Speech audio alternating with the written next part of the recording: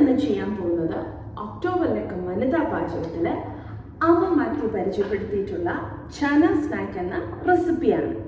ചന വെച്ച് ചെയ്യാൻ പറ്റുന്ന വേറെ 8 റെസിപ്പീസും ഇതിനകത്തുണ്ട്. ഈ ചന സ്നാക്കിൻ്റെ ഒരു പ്രത്യേകത എന്താണെന്നറിയാമോ? ഇതൊരു ഓൾറൗണ്ടർ റെസിപ്പിയാണ്. അതായത് നമുക്ക് ബ്രേക്ക്ഫാസ്റ്റ് ആയിട്ടോ, ബ്രഞ്ച് ആയിട്ടോ, ലഞ്ച് ആയിട്ടോ, സ്നാക്ക് ആയിട്ടോ, സപ്പറായിട്ടോ എങ്ങനെ വേണമെങ്കിലും ഇത് കഴിക്കാം.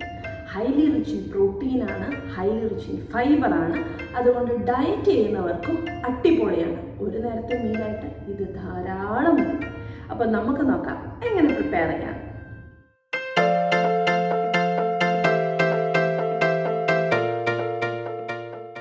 ചന സ്നാക്ക് പ്രിപ്പയർ ചെയ്യാൻ ഞാനിവിടെ 1 കപ്പ് വെള്ളക്കടല ഒരു ഓവർനൈറ്റ് കുതിർത്ത് കഴുകി എടുത്തിട്ടുണ്ട്. നമുക്കിതിനെ ഒന്ന് വേവിച്ചെടുക്കണം. ഞാനിപ്പോൾ ഇതൊരു പ്രഷർ കുക്കറിലേക്ക് മാറ്റിയിട്ടുണ്ട്. നമുക്കിതൊന്ന് മൂടി വെച്ച് വേവിക്കാം. വേവിക്കുമ്പോൾ ഒരു കാര്യം ശ്രദ്ധിക്കണം, ഒരുപാട് വെന്ത് പോകരുത്. കാരണം നമ്മളിതൊരു സ്നാക്കായിട്ട് കഴിക്കുന്നതാണ്. കടല വേവുന്ന സമയത്തിന് നമുക്കൊരു 1/2 കപ്പ് നിലക്കടല റോസ്റ്റ് ചെയ്തെടുക്കണം. ഡ്രൈ റോസ്റ്റ് ചെയ്താൽ മതി, എണ്ണയൊന്നും ഒഴിക്കണ്ട. ഹെൽത്തി ആയിട്ട് കഴിക്കുന്ന സ്നാക്ക് ആയതുകൊണ്ട് നമുക്കൊന്ന് ഡ്രൈ റോസ്റ്റ് ചെയ്യാം. പീനട്സ് എല്ലാം ഒന്ന് റോസ്റ്റ് ആയിട്ട് വന്നിട്ടുണ്ട്. നമുക്കിതിന് സ്റ്റൗ ഓഫ് ചെയ്യാം. ഇത് ഒന്ന് തണുക്കാൻ വെക്കണം. അത് കഴിഞ്ഞിട്ട് നമുക്കൊന്ന് ക്രഷ് ചെയ്തെടുക്കാം. സ്നാക്ക് പ്രിപ്പയർ ചെയ്യാൻ നമുക്ക് വെള്ളക്കടല ഒരു ബൗളിലേക്ക് ഇട്ട് കൊടുക്കാം.